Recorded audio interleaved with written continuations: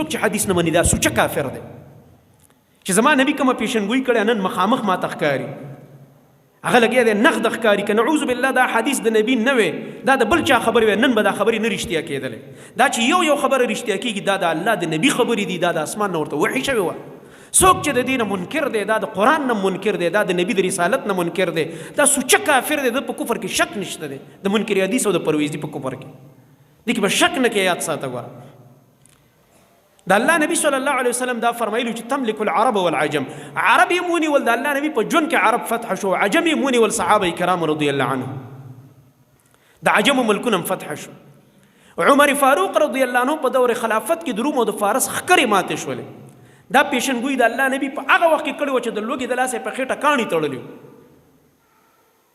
او په احد په خندق کې هغه مضبوط کمر د الله نبی ماته ټول صحابه وږي دي لوګو راخستی لوګي کار یې کړی دی او ډوډۍ نه وه طعام نه وږي شوي دي او سخت کمر راغی په دغه ځای کې دا خندق کنستلی کېده.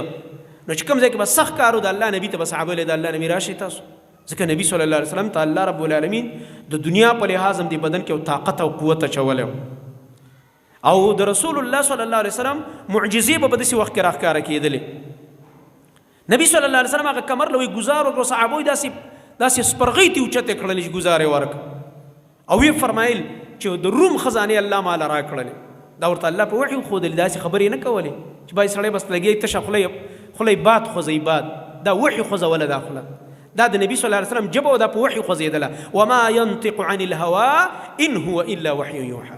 په خېټه یې د لوږې د لاسه کاڼي تړلي دي وایي د روم خزانې الله راکړې. صحابه یو بل ته ګوري سبحان الله دا خو یقین و چې داسې به کېږي او دا به کله کېږي.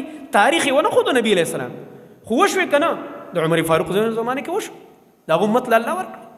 بل ګزار یې ورکوي د روم خزانې د فارس خزانې الله راکړلې او فارس الله فتح کړو د هغه د ملګرو په لاس که نه.